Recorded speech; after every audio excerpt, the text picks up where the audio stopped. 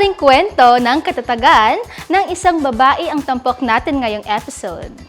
Paano naman ang isang dilag na laman ng entablado na rampa dito, rampa doon ay isa ng army officer ngayon?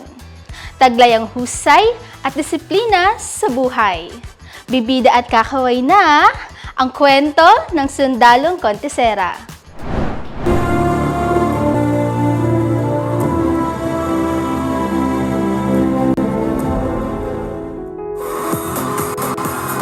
Princess May Curitano Cortez, 18, Kasiguran!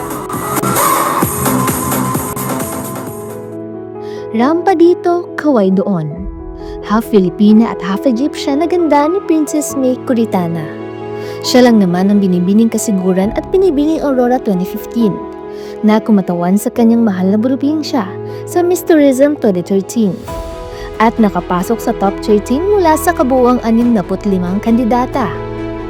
Pero sa likod ng ilaw, mga palakpakan, tropeyo at korona, nakakubli ang mapanghamon na bahagi ng buhay niya. Estudyante sa umaga at tindera sa hapon si Princess noong maliit pa. Batang musmos pa lamang ay tumutulong na sa palengke, tindera ng baboy, manok at mga plasticware sa Valenzuela City. Sa kabila nito, achiever at scholar siya sa eskwelahan.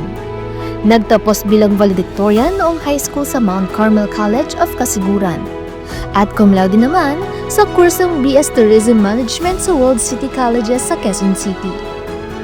Ang kanyang pantustos sa pag-aaral, ang mga premyong hakot niya mula sa paligsahan at pagiging working student habang sabay na sinusuportahan ang tatlo pang nakababatang kapatid.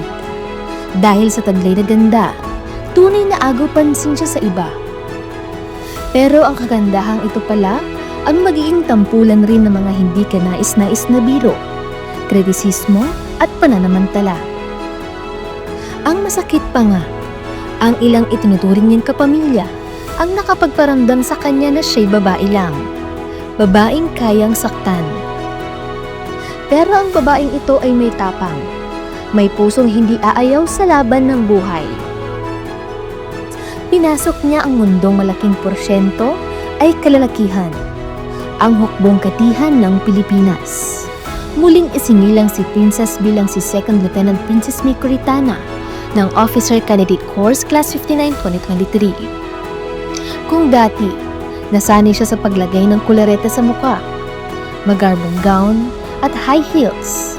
Sa training school, putik ang nakabalot sa kanya. Kung sa pageant ay suporta ng madla ang naririnig niya. Sa training school, hiyaw ng instructor ang naririnig niya. Kapasok ako, then sabi ko talaga noon, nung ginugupitan na kami ng buhok. Gayon ko ng crown ko eh. Aling glory ko siya. So, sabi ko, sige tatanggapin ko kasi ito na yung bagong pinili kong pass. So, habang kinakalbo ko, nakapikit ako noon. Ganyan. Tapos pag mulat ko, wala na akong buhok. Hindi naging madali yung training, lalong-lalo na from civilian, from heels to combat boots, ayan, from makeup to mud. So, it's not easy from your kikay na bag to jungle pack. Talaga nung mga nangyari. So, sabi ko, yun nga, lagi namin nire-recite yung military professionalism. Hanggang sa manamnam mo talaga siya, yung essence ng military professionalism and pledge of loyalty. Ganun. So, sabi ko, panindigan ko na to, ito na to. So, this is the new chapter. I'll accept it. Sabi ko ganun. Hindi man daw madali ang makipagsabayan sa lakas ng mga kalalakihan. Para kay Second Lieutenant Curitana, sapat nang siya ay soldier of God at soldier of His people. Sa taglay niyang abilidad, dedikasyon, lakas ng loob at pananampalataya, nakayanan niyang lagpasan ang lahat ng pagsubok. Ngayon siya ay nakadestino sa 56 Infantry Battalion ng 7 Infantry Cogday Division, Philippine Army bilang Gender and Development Officer. Nakatutuwang isipin na ang dating biktima ng pang-aabuso ay isa na sa nagtataguyon upang isulong ang karapatan ng mga kababaihan. Sino ako ngayon?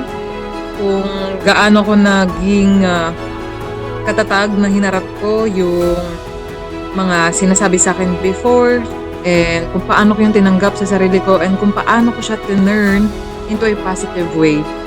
Siya si Second Lieutenant Princess May Curitana, isang tatag trooper, isang matatag na sundalong Juana na angat ang husay at disiplina. So, ang tagal na pinaglalaban ng women empowerment, even before gender equality and inclusivity. My advice for all the women all over the sectors here in the Philippines, from private and public sectors, in the AFP, in the hospitals, the teachers, the church, na meron tayong boses. Huwag nating hayaan na itikom lang natin yung bibig natin pagka alam natin yung katwiran at tama. Kasi, again, may boses tayo. Huwag nating iisang tabi. Kasi malay natin tong boses na to, ito lang pala ang hinihintay para sa pagbabago. Yan ang kwento ng inspirasyon ng ating sundalong kaugnay. Abangan ulit natin sa susunod na Biyernes kung sino naman ang natatangin nating sundalong Juana na angat ang husay at disiplina.